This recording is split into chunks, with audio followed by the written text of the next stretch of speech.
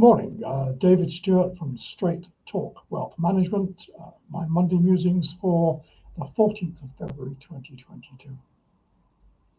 This week I read an article about some folks that had to pay for advice on whether they should transfer their defined benefit pension scheme to a personal pension scheme. Defined benefit pension is where the pension you get in retirement is related to the income you've earned during your working life. The Financial Conduct Authority rules say that if you want to transfer your defined benefit scheme and it's worth more than £30,000, you must seek advice from a qualified advisor. You can't decide to do it on your own. The rules also say that the advisor, must charge a fee for the advice, even if it is to leave your DB scheme where it is.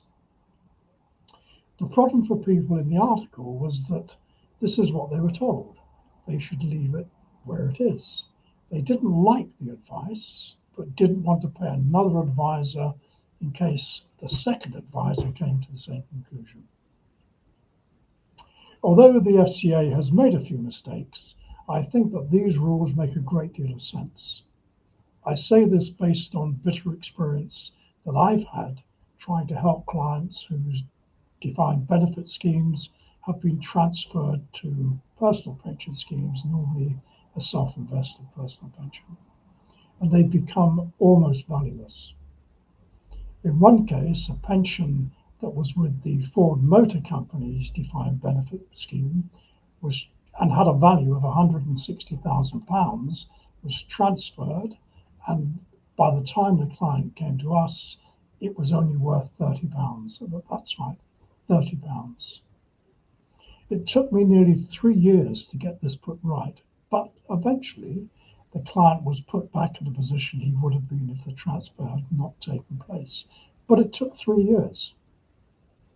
Only this week, one of my advisors has met with a new client who had his forces pension scheme, he was in the army, transferred to a self-invested personal pension.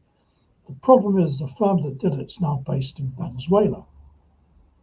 We're going to try and resolve this for him, but it's going to take a long time. And in the meantime, the value of his pension is reducing. Another area of concern I have applies to personal pensions. These are the type of schemes that most of us have. There are a number of online firms that help you consolidate, bring all of your personal pensions together. But what they don't do is help you avoid the pitfalls that you may fall into. Time and time again, when we have a new client who wants to consolidate their pensions, we do the analysis and we find that if they do consolidate, they will be losing a whole raft of valuable benefits they didn't realize they had. These range from guaranteed pensions or annuity rates to greater than the normal 25% tax-free lump sum allowance. So whatever type of pension you have, it just makes sense to take proper advice from a fully qualified independent financial advisor. Make sure, of course, that they're regulated to cover the area of advice they're going to give you. Taking advice could avoid what could be a very expensive mistake.